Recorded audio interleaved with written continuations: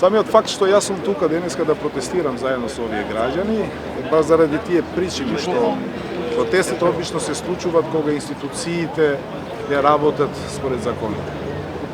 Поимот правна држава одамна не го гледаме во Македонија. Овој не е првиот случај. Верувам и сакам да биде последен случај. Кога граѓаните бидат уценувани, кога на граѓаните им се скратува тоа што им е дадено од Господ. Слободата почнува од домот на секој граѓанин на Република Македонија. Почнува од дворот на секој граѓанин на Македонија. Дворовите и нашите куќи се свети на сите граѓани без разлика на етничката припадност. И државата не смее тук така да ти влезе во дворот.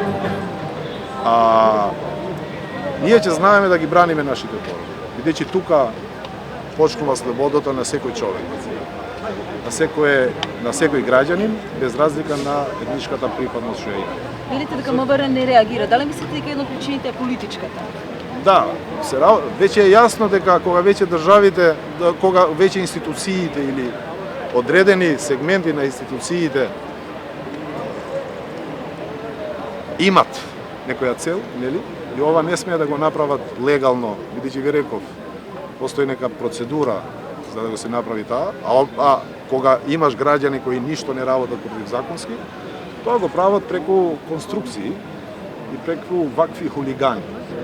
Ама хулиганите не можат до бескај да бидат хулигани, без да бидат казнувани од институциите.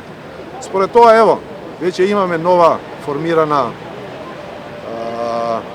и коалиција, па и состав на парламент.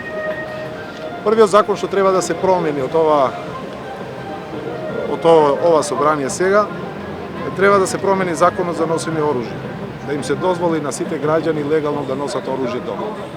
Не сметате дека ќе бидат исклучително негативни последиците? За тоа треба да водат сметка институциите кои не ги покажат местото на овие злостолници каде што треба да го имат местото.